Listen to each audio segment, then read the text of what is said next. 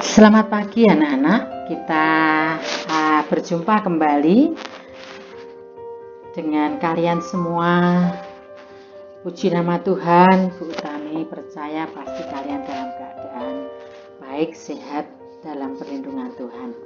Tetap laksanakan protokol kesehatan dimanapun juga supaya kalian terjauhkan dari COVID-19. Anak-anakku yang saya kasih dalam Tuhan, pada pagi hari ini kita akan belajar kelas 9 bab 4 dengan judul Gereja yang Bersaksi dan Melayani di Dunia. Jangan lupa persiapkan dulu buku catatan, langsung dicatat ya. Kemudian buku paket dan Alkitabnya. Anak-anakku, setelah nanti kalian belajar tentang gereja yang bersaksi dan melayani di dunia, diharapkan kalian bisa mengerti, bisa memahami bagaimana kiprahnya gereja yang melayani di dunia ini. Ayat Alkitab yang harus kita baca nanti setelah ini adalah Yohanes pasal 15 ayat 18 sampai 19 dan Kisah Para Rasul pasal 1 ayat 6 sampai 8.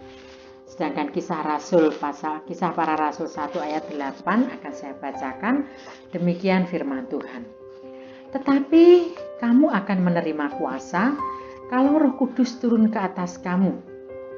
Dan kamu akan menjadi saksiku di Yerusalem dan di seluruh Yudea dan Samaria sampai ke ujung bumi. Anak-anakku yang terkasih di dalam Tuhan, nah tadi selain kalian akan memahami bagaimana kiprahnya gereja di seluruh dunia dalam pelayanannya, yang kedua nanti diharapkan kalian dapat menunjukkan sikap menghargai karya Allah dalam pertumbuhan gereja. Mari anak-anak, yang pertama kita akan mengenal berbagai pelayanan gereja. Yang pertama adalah gereja pernah menolong bencana banjir.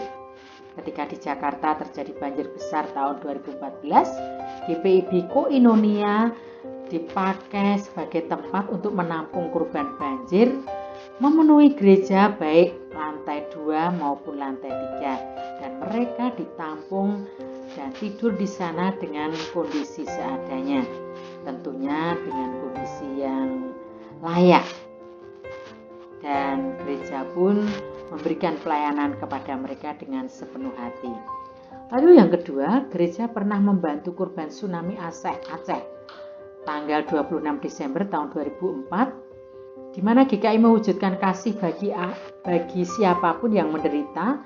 Mereka saling mengasihi sesama manusia, siapapun mereka, khususnya yang hidupnya dilanda musibah.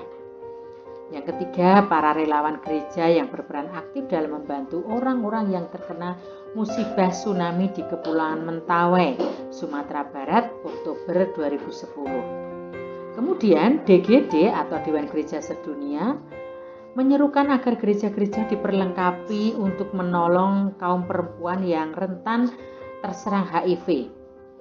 HIV adalah sejenis virus yang sangat berbahaya sehingga menyebabkan melemahnya sistem kekebalan tubuh. Nah, anak-anakku yang saya kasih di dalam Tuhan, lalu untuk apa gereja melakukan semuanya itu? Gak usah susah-susah, kan ada departemen sosial. Jawabnya cuma satu, sebab gereja sebagai kepanjangan tangan Tuhan untuk menyatakan kasih Allah kepada orang-orang yang membutuhkan, siapapun mereka. Dan gereja harus mempraktikkan hukum kasih, yaitu kasih kepada Allah dan kasih kepada sesama manusia. Lalu yang kedua, gereja yang memuridkan. Nah, anak-anakku yang terkasih, sebelum Tuhan Yesus naik ke surga, Ia memberikan amanat penting yang harus dilakukan oleh murid-muridnya, yang tertulis di dalam Matius pasal 29 ayat 18 sampai 20. Tuhan Yesus berkata, "Kepadaku telah diberikan segala kuasa di surga dan di bumi. Karena itu, pergilah, jadikanlah semua bangsa muridku, dan baptislah mereka dalam nama Bapa dan Anak dan Roh Kudus. Dan dan ajarlah mereka melakukan segala sesuatu yang telah kuperintahkan kepadamu, dan ketahuilah aku menyertai kamu senantiasa sampai kepada akhir zaman. Anak-anakku, apa maksud perkataan Tuhan Yesus ini? Yang pertama, para murid Yesus dipanggil untuk mencari murid dari segala bangsa dan menjadi bagian dalam kerajaan surga, sehingga banyak orang yang diselamatkan. Lalu yang kedua, Tuhan ingin bahwa kita ini semuanya menjadi saksi Kristus. Itulah maksud perkataan Tuhan Yesus yang terkandung di dalam amanat agung Tuhan Yesus. Nah, contohnya adalah Franciscus Xaverius, seorang misionaris dari Roma yang datang ke Maluku, Ambon, kurang lebih tahun 1547 untuk mengabarkan Injil. Setelah itu, ia ke Malaysia. Nah, cara mengabarkan Injil dari desa ke desa yang diambil oleh Franciscus Xaverius dengan cara dia mencari seorang penterjemah dan menggunakan bahasa setempat dengan tujuan supaya Injil dapat dipahami oleh penduduk setempat. Lalu bagaimana dengan gereja pada masa kini? Anak-anakku yang saya kasihi, di India ada sekelompok orang yang disebut dengan Dalit. Siapakah Dalit itu? Dalit adalah orang-orang yang tidak berkasta dan tidak boleh disentuh karena dianggap haram, najis bagi orang-orang yang menyentuhnya. Kasihan ya. Lalu yang kedua, orang-orang yang ditindas dan disingkirkan. Nah, oleh Mahatma Gandhi, yaitu tokoh pendiri India, mereka itu disebut dengan sebutan Harijan, yang artinya anak-anak Tuhan. Dan banyak orang menjadi Kristen, namun tidak membuat kaum Dalit berubah, meskipun mereka menerima perlakuan yang diskriminatif atau masih dibeda-bedakan. Nah, yang ketiga adalah gereja yang melayani. Dalam gereja yang mula-mula, salah satu tugas yang dilakukan oleh gereja adalah melayani janda-janda. Janda di sini adalah sebutan untuk seorang perempuan yang suaminya telah meninggal. Dan dalam masyarakat Yahudi, kalau seorang perempuan ditinggal oleh suaminya mati, dia tidak akan mendapatkan warisan. Kalaupun ada, hanya sedikit, sehingga membuat janda-janda itu sangat miskin dan menderita. Dan tugas para rasul mengurusi mereka, melayani janda-janda. Bukan berarti melayani lalu janda-janda itu dijadikan istri, tidak, tapi dilayani secara sepenuhnya untuk bagaimana supaya janda-janda itu masih tetap bisa hidup ketika suaminya sudah meninggalkan mereka. Nah, ketujuh orang yang dipilih untuk melayani janda-janda itu adalah yang pertama Stefanus, 2 Filipus, 3 Timon, 4 Nikolaus, 5 Nikanor, 6 Parmenas, dan 7 Prokorus. Anak-anakku yang saya kasihi, jangan lupa ya bahwa gereja perdana juga melakukan perjamuan kasih. Lalu mereka juga makan minum bersama dengan penuh sukacita. Itu yang membuat kehidupan mereka disukai banyak orang. Lalu selanjutnya, gereja yang bersaksi. Anak-anak, bersaksi memiliki arti menceritakan kembali pengalaman seseorang yang menggambarkan bagaimana Tuhan Yesus telah bekerja di dalam hidupnya, menolongnya menghadapi suatu peristiwa yang sangat berat. Jadi misalnya orang yang sembuh dari sakitnya, atau seseorang yang baru saja menerima Yesus dalam hidupnya, pasti mereka punya kesaksian atau pengalaman hidup mereka bersama dengan Tuhan. Anak-anakku yang saya kasihi, kemudian gereja seringkali melakukan pelayanan sosial. Namun apakah ada tantangannya? Pasti ada. Ya. seorang pendeta yang bernama Martin Luther King, dia memperjuangkan hak-hak sosial bagi kehidupan orang-orang kulit hitam di Amerika.